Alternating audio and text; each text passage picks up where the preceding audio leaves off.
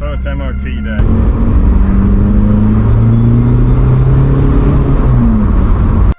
So back from the MOT, and it actually drives pretty nice.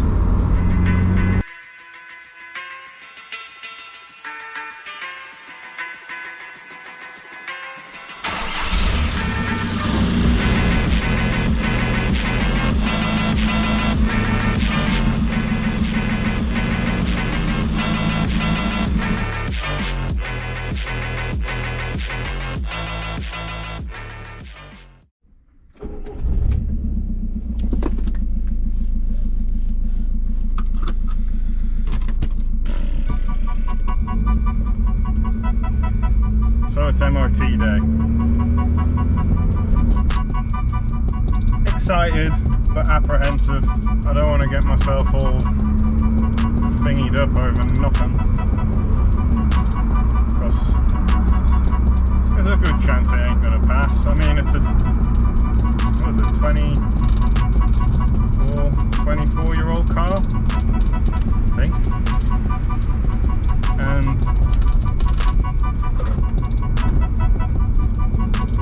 it's gonna have some issues. I know that.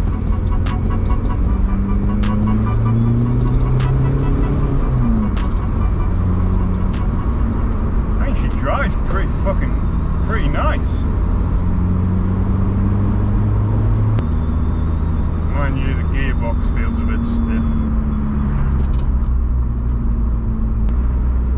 So we'll see what they got to say. So back from the MOT, and it failed. Like I knew it would anyway. I was quite willing to accept that fact. Failures I got. Ones of do not drive until repaired. Parking brake efficiency less than 50%. I knew that the parking brake was knackered, really. I had it tightened up as far as I could, but apparently the lever that uses the cable for the parking brake is either seized or in the wrong position. So it could mean that either the cable's broke or the calipers bust of some sort, or seized or something. Parking brake inoperative on near side. So that was the second one. Repair immediately, major defects. Repair as soon as possible, minor defects, indicator switch is faulty. Yeah, when I put it on, when I go to indicate left, sometimes it takes a little while for it to start indicating. Registration plate lamp inoperative in case of multiple lamps.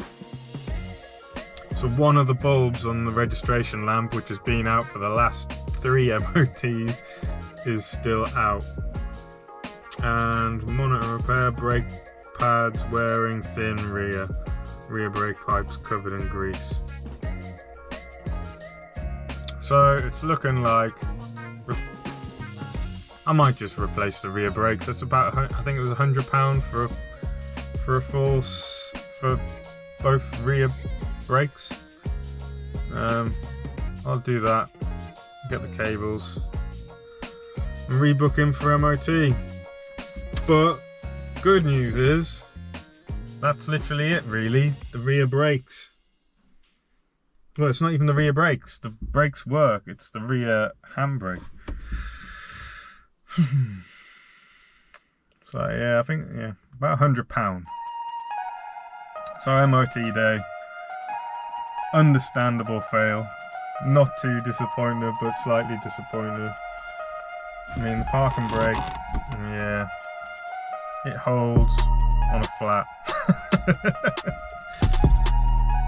So I'm gonna go and order some parts, I reckon.